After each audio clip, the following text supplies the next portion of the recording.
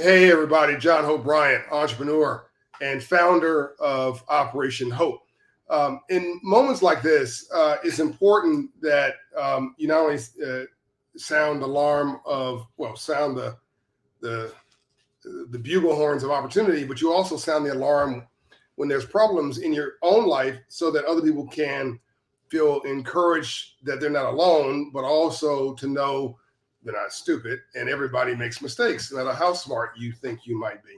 So some people call me the father of financial literacy or one of the innovators of financial literacy. We were responsible for financial literacy becoming the policy of the U.S. federal government under President George W.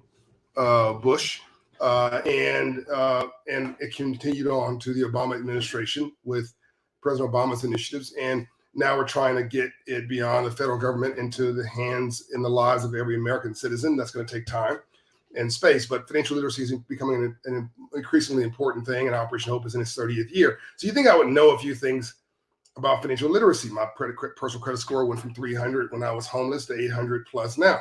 No, you're still learning. I screwed up. Well, I don't know if I screwed up. Well, I probably did. Um, I got a call this morning. Well, got a call Friday. There was a fraud alert on one of my cards, and one of my banks said, "Hey, this $100 charge, is it yours? It's a donation from a nonprofit." Now I donate to nonprofits, but this one was in the Middle East, and it was a weird sort of a thing. So I said, "No, that's not me. I was in the Middle East a few weeks ago, but I didn't make a charitable contribution that I'm aware of, and certainly not on that card. I didn't do it on that card if I did." So the answer is no. So they put a fraud alert on it, and they blocked the card temporarily. And we should have followed up more so and just made sure the car was totally locked down. But we assumed, when you make an assumption, what that means, you make an ASS out of you and me when you assume. That's literally how it's spelled. And just, moved on to something else. And this morning, I get a call from the bank saying you're overdrawn $26,000 in one of your accounts. What are you talking about? I don't even use that account. Now, tell you what, if it's somebody who makes $40,000, $50,000 a year, and that was your savings account, and that was your life savings, your life, your heart can come out of your body if you think now every dime you just saved is gone. Somebody scammed you.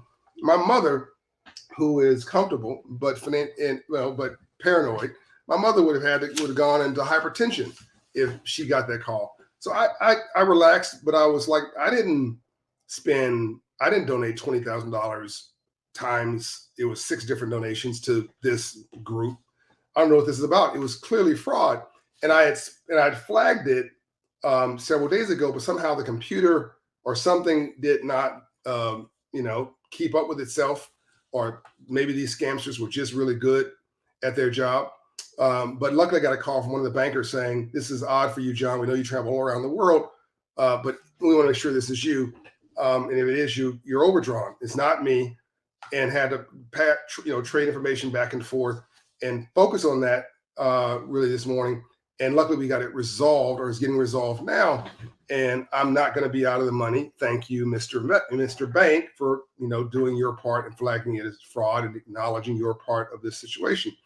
But as I think about it, while I've never used that card before, and this is just a word to the wise now for those who travel, is it possible that when I was in another country, somebody went into my backpack, pulled out one of these cards, took a photo of the front and back, and so I wasn't suspicious, put the card back in my wallet, and then I travel half around the world, and they give it to a friend who charges it for whatever?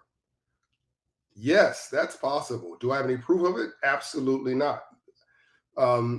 But now I know if I'm traveling around the world or around the country, around the world, certainly for sure out of this country, I will keep my anything that has a financial instrument on it with me at all times. And if I am traveling in the U.S., I'll probably do the same, because people are getting, well, it's just weird these days. So I just want you to know, here's, I'm Mr. Financial Literacy in some people's eyes. We have 4 million clients at Operation Hope, almost $4 billion invested in underserved neighborhoods, raising credit scores, lowering consumer debt, increasing savings, helping people change their lives. You hear me rattle on and on about how, much we know about this space and what I've done with mastering a level of financial literacy around investments and things like that in business. But here I was caught slipping, and the bank was caught slipping, and the criminals were not caught slipping. They slipped us a Mickey and got $26,000. The bad guys have won temporarily, and I just hope I'm not accidentally funding terrorism or something, because who knows where this money's going. Because the kind of nonprofit that was listed is not something that I would have supported. I don't want to get into details, but you can figure out the rest for yourself.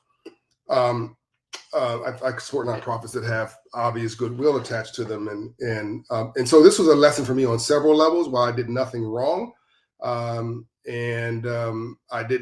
didn't lose my card, not report it. I didn't use the card and leave it around. I didn't let somebody do these old carbons. You remember back then days where they run your card and you leave, and they take one of those carbons and then go charge around the country. I remember a comedian once told me about Africa. He loves Africa because his old canceled credit cards still work. I mean, you can get a copy of a card number and still charge that card number if somebody has that in their possession. And so you got to make sure you're not doing silly stuff. Make sure you get your card back from somebody when they use it. Make sure that no one's making a copy of your information. And now let's add to that, don't leave your stuff unattended. So I don't know if that's my error, but I will not make the mistake again, whether it's my error or not. This is John Hope Bryant. This is your lesson for the day. Mine too. Onward and upward. I really wish I could tell you the name of the bank, because I do think they should be commended for stepping up and stepping in, but they might consider it a little embarrassing because they missed a bit of the mark on the front end. But we have this American banking system that's the envy of the world, because things like this do get caught, and the consumers don't take the beating for it when the bank acknowledges that it was their fault, which in this case is the situation. All right, love and light, and don't let this scare you from living your full life, investing and being involved in the uplift of your life. Is just a lesson to be learned. Go to Hope Financial Coach, and if you've experienced identity fraud or fraud like this, or you just want to tighten up your financials, go to one of my 190 offices plus around the country at operationhope.org or Hope in Hand app, and sign up today. It's all free. John Hope Bryant. This is the Civil Rights Movement.